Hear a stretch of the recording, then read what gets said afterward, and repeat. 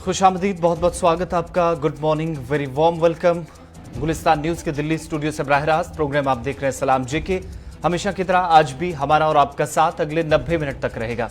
नाजरीन, मुख्तलिफ मौज़ूआत हैं। आज भी हम बात जहां पर अफगानिस्तान की सूरत हाल के हवाले से करेंगे, वहीं पर दिल्ली के अंदर क्या कुछ घट रहा है और सियासत किस तरीके से इस वक्त जम्मू कश्मीर समेत मुख्तलिफ मामलात ऐवान तक और ऐवान से बाहर भी डिस्कस हो रहे हैं। उन तमाम मौज़ूआत पर हम एक एक करके आपके सामने तफसीलात रखेंगे और इंतजामिया के कुछ फैसलों की भी बात करेंगे। मरकजी वजारत दाखिला के वो फैसले जो जम्मू कश्मीर और लद्दाख के अवाम पर असरअंदाज हैं।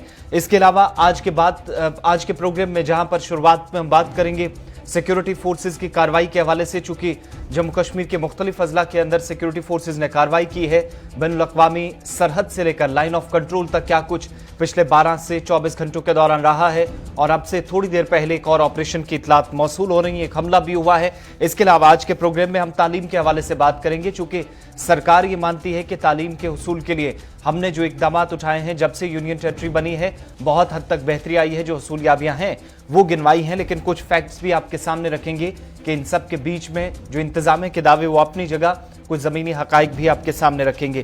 कोविड टास्क फोर्स की मीटिंग हुई है, एक सेट टारगेट रखा गया है लेफ्टिनेंट गवर्नर की तरफ से, क्या कुछ उसमें इंतजामिया के अफसरान को हिदायत दी गई है, आपके सामने डिटेल्स रखेंगे। इसके अलावा बात करेंगे जम्मू कश्मीर की सियासत के हवाले से भी, चूंकि आज दिन भर काफी सियासी सरगर्मियां खासतौर से वादी के अंदर होने वाली है, और किसी पार्टी को झटका तो किसी के लिए अच्छी खबर आज दिन भर रहने वाली है। इस पर तफसीली गुफ्तगू करेंगे और बताएंगे आपको कि कहां पर पुलिस की कार्रवाई के दौरान आम लोग नाराज नजर आए और पुलिस की कार्रवाई में रखना डालने की कोशिश हुई। क्या कुछ पूरे मामलात हैं आपके सामने, 90 मिनट में हमारी कोशिश रहेगी तमाम खबरें, तमाम अपडेट्स आप तक पहुंचाएं, और प्रोग्राम के आखिर में लाइव कॉल्स का सिलसिला भी हमेशा की तरह शुरू करेंगे। लेकिन आगाज सबसे पहले तारीख से, चूंकि आज का दिन काफी अहम है, इस पर बात करना जरूरी है। और हिस्ट्री ऑफ द डे में सबसे पहले 1976 का वाकया, जहां पर खलाई जहाज ज़ावकिंग 2 मरीख के मदार में आज ही के दिन दाखिल हुआ था। बहुत बड़ी कामयाबी साइंसदानों को आज के दिन मिली थी, 7 अगस्त का दिन। और 2005 में आज ही का दिन लंदन के अंदर, बिल्कुल भी अच्छी खबर नहीं, आज का दिन यहाँ पर ब्लैक डे के तौर पर भी मनाया जाता है। 4 मुख्तलिफ मकामात पर बम धमाके हुए थे, 37 शहरी हलाक हुए थे, दर्जनों लोग जख्मी हुए थे साल 2005 में। और आज जहां पर 16वीं बरसी इस हमले की मनाई जा रही है, तकरीबात का इनेकाद भी हो रहा है। 1972 में आज ही के दिन उर्दन के शाह तलाल बिन अब्दुल्लाह का इंतकाल हुआ था। 7 अगस्त जॉर्जियन कैलेंडर के मुताबिक 1972 आज ही का दिन था। ये 3 वो अहम वाक़यात जो आपके सामने रखना जरूरी था हिस्ट्री ऑफ द डे में। अगले 2 वाक़यात आपके सामने रखेंगे 1869 के दौरान, जहां पर मारूफ सहाफ़ी और रेशमी रुमाल तहरीक के कायद अब्दुल मजीद सिंधी, जिनकी आज यौम पैदाइश है, आज के दिन पैदा हुए 7 अगस्त 1869 को। 1905 में आज ही का दिन था, इंडियन नेशनल कांग्रेस ने बरतानवी सामान के बायकॉट का ऐलान किया, और इस तहरीक को भी कांग्रेस अपनी जगह एक बड़ी कामयाबी आज के दिन में भी देखती है, और आज भी इस दिन को याद किया जाता है। इसलिए 1905 में ठीक 114, 15, 116 साल जो मुकम्मल हो रहे हैं, वो उस तहरीक के जो आज के दिन बरतानवी साजो सामान के खिलाफ शुरू हुई थी, और मुकम्मल बायकॉट का जो आज के दिन में आप देखते हैं स्वदेशी चीज़ें बनाना, या हिंदुस्तान के अंदर या आत्मनिर्भर भारत के तहत जो चीज़ें तैयार की जाती हैं, इसी तरह की तहरीक थी। हालांकि नाम थोड़ा सा मुख्तलिफ था, लेकिन बायकॉट हुआ था बरतानवी सामान का। अब खबरों की तरफ चलेंगे। हमारे साथ रहमत कलीम भी ज्वाइन कर चुके हैं, बहुत बहुत शुक्रिया रहमत ज्वाइन करने के लिए। और प्रोग्राम में अब आपको सबसे पहले, चूंकि शुरुआत आज जम्मू कश्मीर से करेंगे, सिक्योरिटी फोर्सेज की मुख्तलिफ इलाकों के अंदर कार्रवाइयां चल रही हैं, और शुरुआत वस्ती कश्मीर के बडगाम जिले से, जहां पर एनकाउंटर हुआ है, और इस एनकाउंटर में अभी तक 1 मिलिटेंट हलाक हो चुका है। जम्मू कश्मीर पुलिस और फौज की राष्ट्रीय राइफल्स की तरफ से कार्रवाई की गई, और बड़ी खबर कि बडगाम जिले के अंदर एनकाउंटर में 1 मिलिटेंट हलाक हो गया है, लेकिन अभी तक इसकी शनाख्त होना बाकी है। जो इतलात मौसूल हुई है कि बडगाम का मोचवा इलाका, जहां सिक्योरिटी फोर्सेज को इतला मिली थी, जिसके बाद सर्च ऑपरेशन इस इलाके के अंदर शुरू किया गया, और चंद मिनटों के अंदर ही वो सर्च ऑपरेशन एनकाउंटर में तब्दील हुआ, जिसमें 1 मिलिटेंट को हलाक किया गया है। पुलिस ने भी इसकी तस्दीक कर दी है, और इस बीच अभी तक मिलिटेंट की शनाख्त होना बाकी है। लेकिन साथ ही ऑफिशियल कंफर्मेशन ये भी हो रही है कि मारे गए मिलिटेंट से इस इलाके के अंदर जब एनकाउंटर शुरू हुआ, तो उसके बाद गोलियों का सिलसिला थमा है, सर्च चल रहा है। AK-47 एक राइफल और एक पिस्तौल बरामद की गई है जो मिलिटेंट हलाक हुआ है। फौज, जम्मू कश्मीर पुलिस की ज्वाइंट टीम और सीआरपीएफ इनके साथ मिलकर कॉर्डन सर्च ऑपरेशन मोंचुआ इलाके के अंदर चला रही थी, लेकिन देखते ही देखते सर्च ऑपरेशन एनकाउंटर में तब्दील हुआ। सुबह सुबह की तस्वीरें उस मकाम की जहां पर सिक्योरिटी फोर्सेस खुद के लिए एक बड़ी कामयाबी करार दें और एक रिहायशी मकान के अंदर बताया जाता है कि मिलिटेंट छुपा था, जहां पर एनकाउंटर हुआ है। एक मिलिटेंट के हलाक होने के बाद एक AK-47 राइफल और एक पिस्तौल भी बरामद किया पुलिस की तरफ से अभी तक की गई है।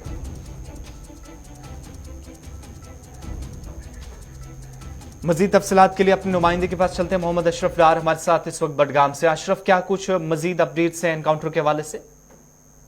देखिए आसिफ, अगर हम बडगाम पुलिस की बात करें या जो आर्मी की बात करें तो बडगाम पुलिस की तरफ से एक कोऑर्डिनेट सर्च ऑपरेशन करीबन रात के 11 बजे मोचू के इलाके में चलाया गया और देखते ही देखते करीबन 1:30 बजे के करीब में ये जो सर्च ऑपरेशन था ये इनकाउंटर में तब्दील हुआ। और ये जो इनकाउंटर जिस जगह पर है मोचू के एकदम रोड पे है, ये जो श्रीनगर को कनेक्टेड रोड है वहां पर हुआ था।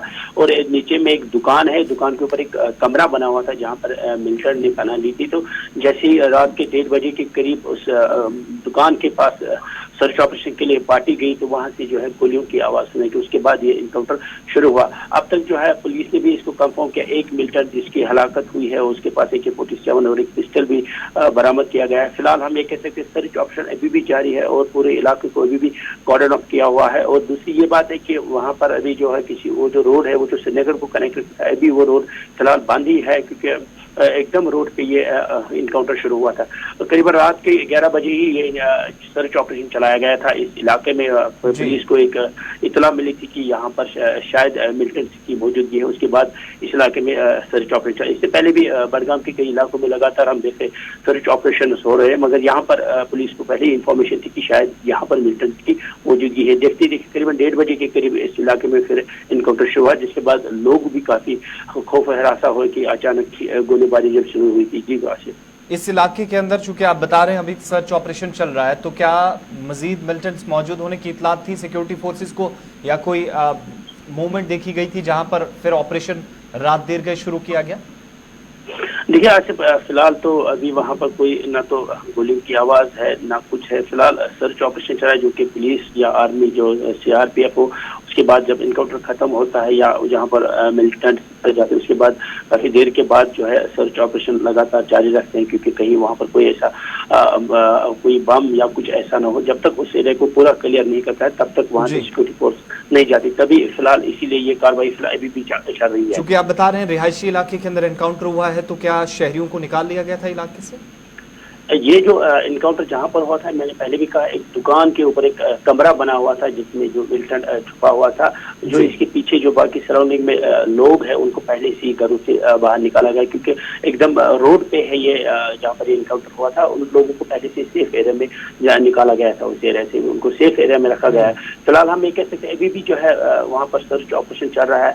पुलिस वहाँ पर CRPF हो, आर्मी हो, लगातार अभी भी उसी एरिया में है। फिलहाल कोशिश की वहाँ पर जो इनकाउंटर के बाद जिस तरह की होती है साफ सफाई या पूरी वहाँ पर बम स्क्वाड जो भी होता है उनको पाया जाता है कि यहाँ पर कोई ऐसा कोई मवाद तो नहीं है जिससे कि उसके बाद जैसे हम देखते हैं इनकाउंटर खत्म होने के बाद लोग उसी जगह पे जाते हैं, कहीं ना ऐसा ना हो। बहुत शुक्रिया तमाम जानकारी के लिए। तो ऑपरेशन इस वक्त भी चल रहा है, यानी ऑफिशियली कॉल्ड ऑफ ऑपरेशन को नहीं किया गया है, सर्च ऑपरेशन चल रहा है। गोलियों का सिलसिला जरूर थमा है, लेकिन श्रीनगर जाने वाली सड़क चूंकि राब्ता सड़क भी यही है जहां पर ऑपरेशन चल रहा है। एक दुकान के ऊपर कमरा है, जो तस्वीरें भी बता रही हैं और अशरफ अपडेट कर रहे थे। इस इलाके के अंदर फिलहाल ट्रैफिक जो है वो मुतासिर हुआ है, लेकिन एहतियातन किसी गाड़ी को अभी तक इस एरिया से निकलने की इजाजत नहीं मिल रही है। एक तरफ सर्च ऑपरेशन सिक्योरिटी फोर्सेस का, एक मिलिटेंट अभी तक हलाक हो चुका है और पुलिस ने ऑफिशियल कंफर्मेशन इसकी कर दी है। एक AK-47 राइफल और पिस्तौल भी बरामद की गई है। बढ़ते हैं आगे, बात अब जम्मू सूबे की करते हैं, चूंकि टनल के इस पार भी जहां पर ऑपरेशन सिक्योरिटी फोर्सेस का शुरू हुआ है, गुंड बनिहाल के अंदर ग्रेनेड हमला हुआ है। देर रात ये हमला हुआ है जिसमें एक मुलाजिम एक कंस्ट्रक्शन कंपनी का और एक बच्चा जख्मी हुआ है, ये इतलात मिल रही हैं। और देर रात इस हमले में जब ये हमला हुआ तो उसके बाद सिक्योरिटी फोर्सेज ने इलाके का मुहैया कर तलाशी कार्रवाई भी शुरू की, लेकिन किसी की गिरफ्तारी अभी सुबह होते तक अमल में नहीं लाई गई है। कोई मजीद डिटेल्स सामने नहीं आ सकी है, लेकिन पुलिस इस मामले की निस्बत केस दर्ज कर मजीद तहकीकात शुरू कर चुकी है। चूंकि बताया जाता है, ये जख्मियों की तस्वीरें आपके सामने हैं, लेकिन इस इलाके के अंदर जम्मू श्रीनगर कौमी शाहराह का इलाका है और क्या किसी देसी साख्ता बम से हमला किया गया या फिर कोई और ग्रेनेड था, मिलिटेंट्स की कोई पार्टी थी इस एरिया के अंदर जिन्होंने टारगेट फिक्स किया था, जिसके बाद इस एरिया के अंदर एक कंस्ट्रक्शन कंपनी का मुलाजिम जिसकी जख्मी होने की इतलात मौसूल हुई और 11 से 11:30 के बीच में ये ग्रेनेड हमला हुआ टनल के इस पार। लेकिन खबर ये भी है कि किसी तरह का नुकसान जो है वो जो गाड़ियों की आमदोरफ्त है वो मुतासिर नहीं हुई है। फौरी तौर पर जरूर सर्च ऑपरेशन शुरू किया गया था, लेकिन इतलात यह है कि मामूल के मुताबिक ट्रैफिक चल रहा है। सीधा अपने नुमाइंदे के पास बनिहाल चलते हैं, आरिफ वहीद हमारे साथ हैं। आरिफ, क्या कुछ पूरी खबर है और सुबह होते होते क्या कोई सिक्योरिटी फोर्सेज को सुराग इस हमले के मुतालिक मिल पाया है? जी बिल्कुल,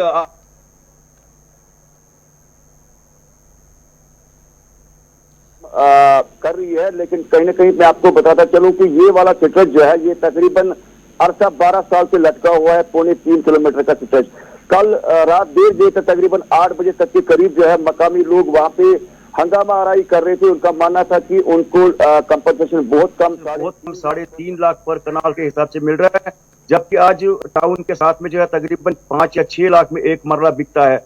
और उसी चीज को लेकर जो लोगों ने सब्जियां वगैरह बनाई थी, एडमिनिस्ट्रेशन और पुलिस की भारी डिप्लॉयमेंट जो है वहां रात 8 बजे तक देर शाम गए तक जो है वहां पर खवातीन और मकामी जो लैंड लूजर्स है उनके बीच में जो है एक हंगामा रही, जिसमें एडमिनिस्ट्रेशन के साथ जो है नाराजगी जताई और पूरी मीडिया की सारी टीम जो है वहां पर मौजूद थी। आरिफ, मैं दोबारा इस खबर पे आपके पास लौटूंगा, लेकिन ये बताइएगा कि जो हमला हुआ है, ग्रेनेड हमले के बाद क्या कुछ ताजा तरीन तफसीलात हैं?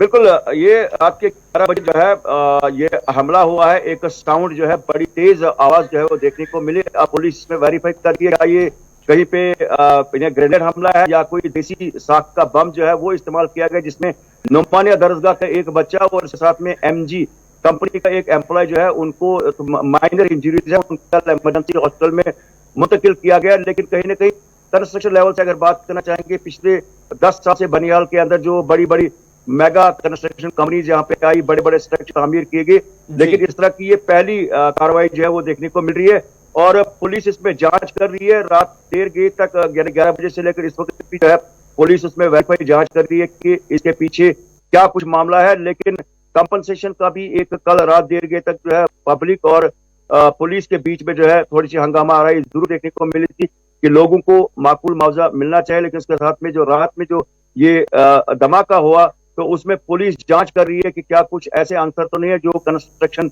इस वर्क में जो है बाधा डालने की कोशिश कर रहे हैं।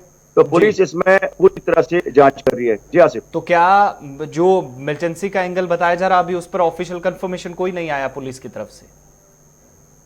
जी बिल्कुल, अभी हमने पुलिस के साथ इस बारे में बात की। पुलिस का मानना है कि इसमें जांच की जा रही है। जैसे मैंने पहले कहा कि यहाँ एशिया का सेकंड लार्जेस्ट टनल बनाया गया, जो रेलवे टनल बनाया गया, और इस वक्त भी तकरीबन दर्जनों टनल खाली बनिहाल के अंदर चल रहे हैं, जिसमें करोड़ों अरबों रुपए की लागत से टनल बनाई जा रही है। हाल ही में नवयुगा इंजीनियरिंग कंपनी बनिहाल काजीकुंड का टनल जो है, जिसमें तकरीबन 6-7 साल काम हुआ, लेकिन इस तरह का एंगल जो है कहीं पर भी बनिहाल के अंदर या रामबंद के अंदर जो है इस तरह की कार्रवाई देखने को नहीं मिली।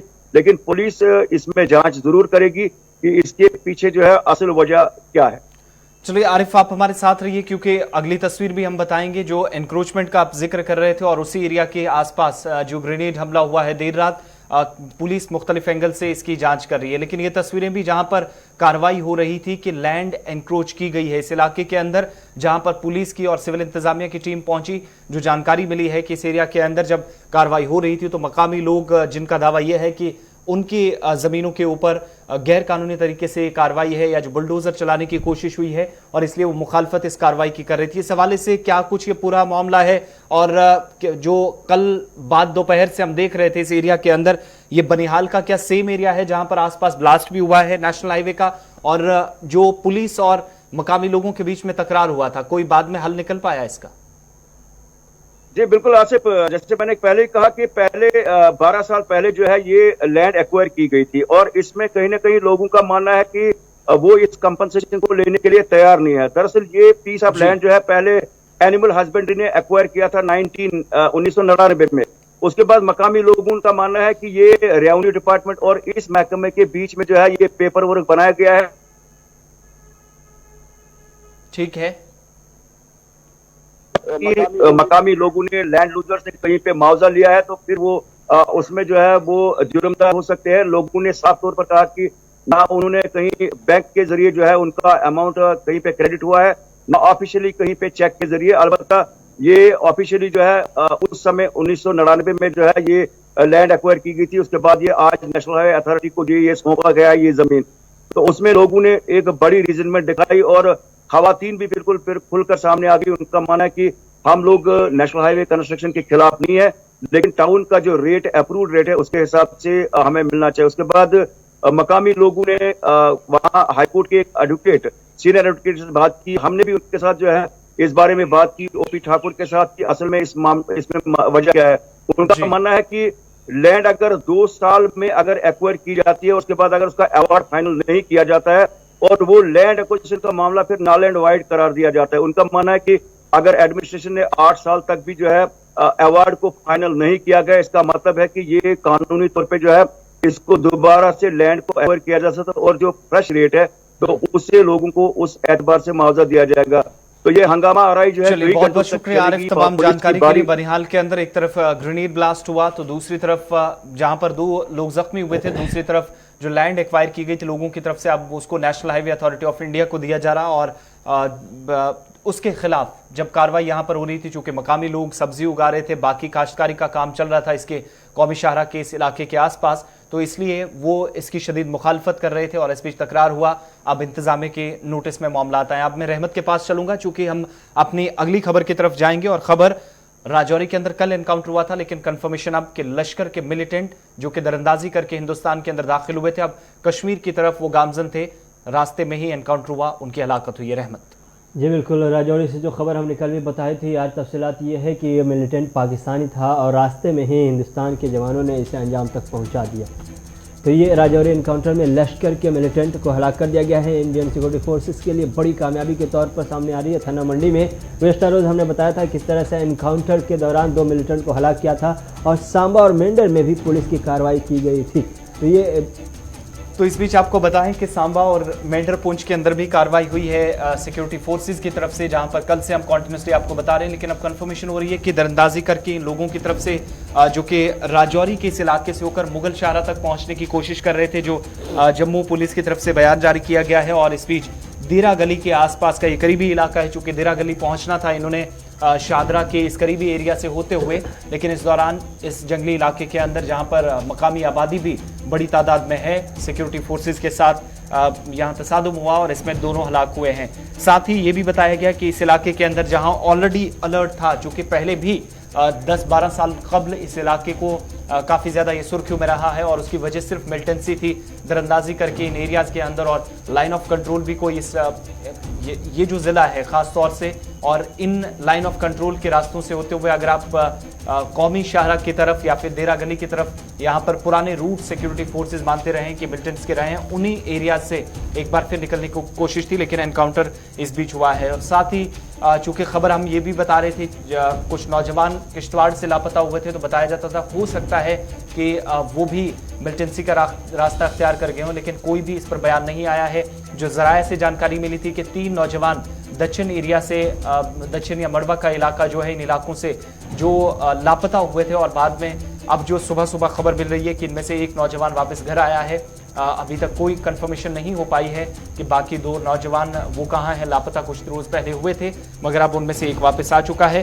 तो इसलिए सिक्योरिटी फोर्सेस की तरफ से भी कार्रवाई की जा रही है। जो ज़राए से हमें जानकारी मिली है कि ये पता लगाने की कोशिश की आया नौजवान कहीं मिलिटेंसी का दामन तो नहीं थाम गए हैं और इस रास्ते से उन्हें बचाया जाए। ये तो सिक्योरिटी फोर्सेस के हवाले से बात थी। अब जरा आपको लद्दाख लिए चलते हैं, चूंकि लाइन ऑफ एक्चुअल कंट्रोल पर 31 जुलाई को एक और मीटिंग हुई और उसके बाद अहम पेशरफ्त हुई है, और अहम पेशरफ्त के अंदर इसके तहत अब भारत और चीनी अफवाज जो है वो पीछे हटी है। पेट्रोलिंग पॉइंट 17 गोगरा हिल्स का ये वो एरिया है जहां पर दोनों अफवाज आमने सामने कई माह तक रही, लेकिन रहमत 12वें दौर की मीटिंग के बाद एक बड़ी पेशरफ्त और नतीजा खेज काफी हद तक ये मीटिंग रही है।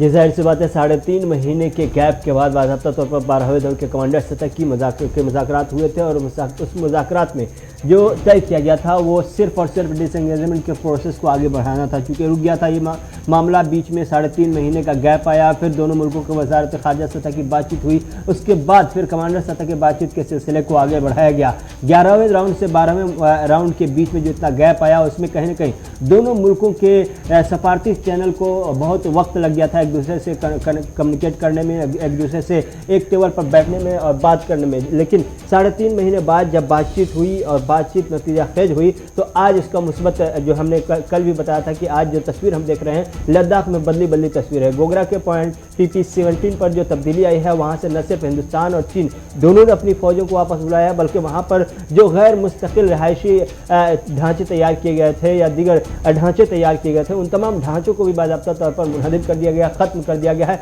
लेकिन यह है कि डिसएंगेजमेंट के इस प्रोसेस में या मुज़ाकरात में 12वें राउंड के मुज़ाकरात में जो तय किया गया था वो तय ये किया गया था कि हम यहाँ से गोगरा के इस फ्रिक्शन पॉइंट से पीछे हटेंगे, लेकिन हमारी और आपकी दोनों की नज़र इस पर होगी कि न हम आगे बढ़ें न आप आगे बढ़ें। तो दोनों मुल्कों की निगरानी इस पर ज़रूर है, लेकिन PP-17 से पीछे दोनों मुल्कों की फौज हट चुकी है। अब कहीं ना कहीं एक दो ऐसे पॉइंट्स रह गए हैं LAC के मसले पर जो 2019 के फरवरी के उससे पहले की सूरत हाल थी, उस सूरत हाल पर आने में सिर्फ और सिर्फ कुछ ऐसे पॉइंट्स हैं जिस पर दोनों मुल्कों की फौजें अभी भी आमने सामने या दोनों मुल्कों के दरमियान अभी भी तकरार की नौबत है। लेकिन यह है कि एक बड़ा हिस्सा जो कशीदी का एक बड़ा दौर था वो दौर ख़त्म होता हुआ दिखाई दे रहा है और मुमकिन है कि 13वें राउंड की जब बात हो तो फिर हॉट स्प्रिंग का जो इलाका है, हाइट का इलाका है, वहाँ से भी फौजों को वापस लेने और फौजी इनखला के प्रोसेस को अंजाम दिया जाए और दोनों मुल्कों के चूँकि आने वाले सितंबर में दोनों अगले महीने ही कुछ ऐसे मुज़ाकरात हैं, कुछ ऐसे ग्लोबल लेवल पर समिट है, चाहे वो G20 हो या शंघाई हो, जिसमें वज़ीर-ए-आज़म और चीन के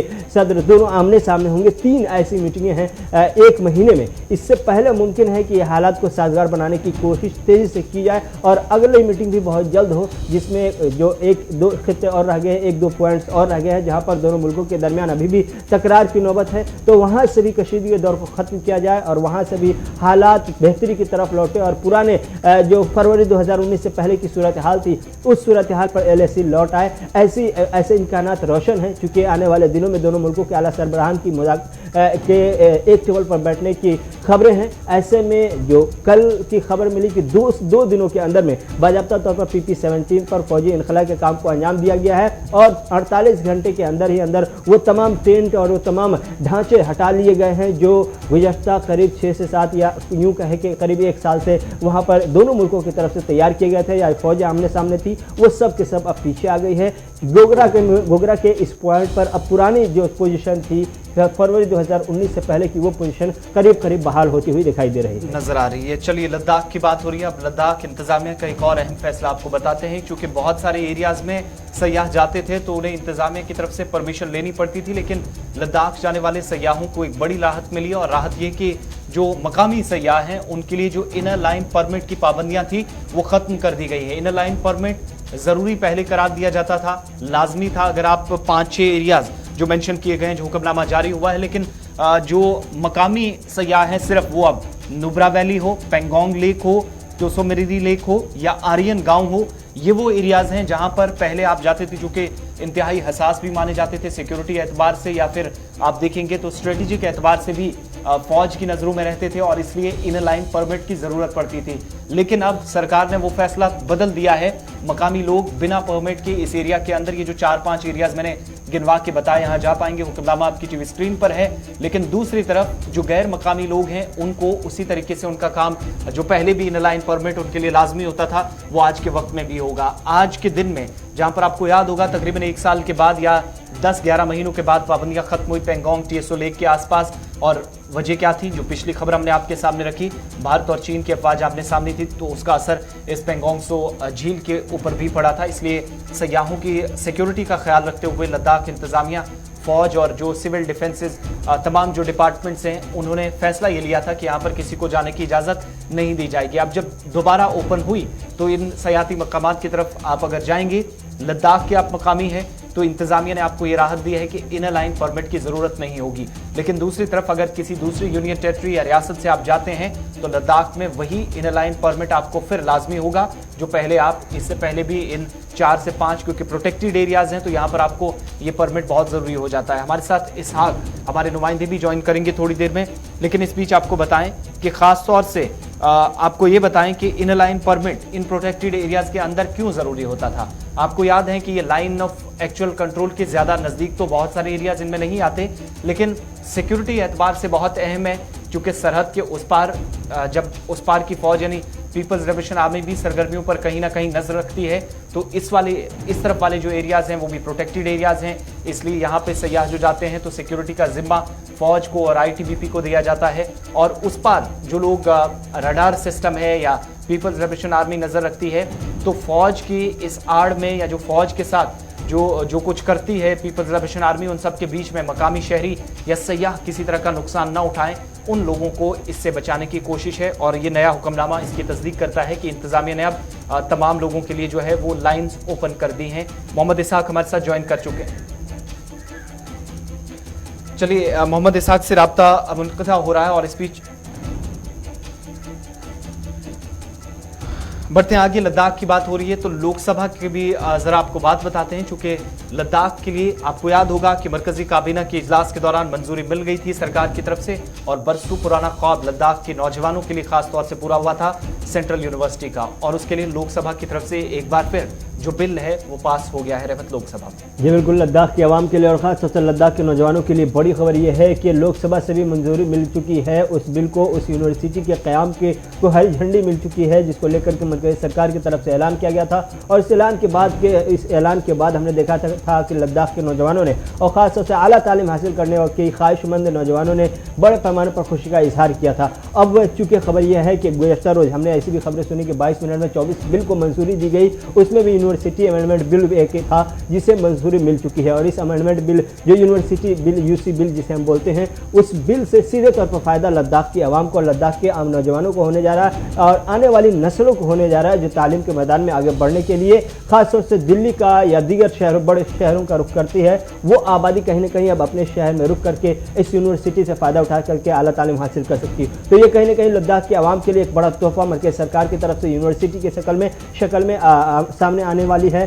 चूँकि लोकसभा से ये मंजूरी मिल चुकी है, इसलिए अब इनके इस रास्ते में सारी रुकावटें करीब करीब खत्म होती हुई दिखाई दे रही है। राज्यसभा में बहुत ही कम मुश्किल होता है कि इस तरह के बिल को रोका जाए, और चूँकि अपोजिशन का हंगामा चल रहा था इसलिए इस बिल पर बहुत ज़्यादा बहस की गुंजाइश नहीं बची थी। मुसलसल अपोजिशन के हंगामे की वजह से 22 मिनट में अगर 24 से 25 बिल को मंजूरी दी जाती है तो आप समझ सकते हैं कि बिल पर आजकल बहस कितने पार्लियामेंट में हो रहे हैं। जाहिर सी बात है 3 हफ्ते चले गए पार्लियामेंट के और पार्लियामेंट में बहस नाम की कोई चीज़ नहीं हुई। हाँ, बिल मंजूर जरूर कराए गए, कैसे किए गए, हंगामे के बीच ही बिल मंजूर हुए, और उसी में से एक यूनिवर्सिटी अमेंडमेंट बिल भी है जिसकी वजह से लद्दाख की आवाम को और नौजवानों को बड़ा फायदा होता हुआ दिखाई दे रहा है। आने वाले दिनों में लद्दाख की आवाम और लद्दाख की नई नस्लें इस यूनिवर्सिटी से फायदा उठाएंगी। बिल्कुल, सरकार का ये मानना है कि 7000 के तलबा जो हर साल लद्दाख से बाहर बाकी मुल्क की यूनिवर्सिटीज़ और कॉलेजेस के अंदर तालीम हासिल करने की घर से जाते थे, उनको एक फ़ायदा मकामी सतह पर 2500 के करीब तलबा जो इस मंसूबे को तैयार होने के बाद यहाँ पर तालीम हासिल कर सकेंगे,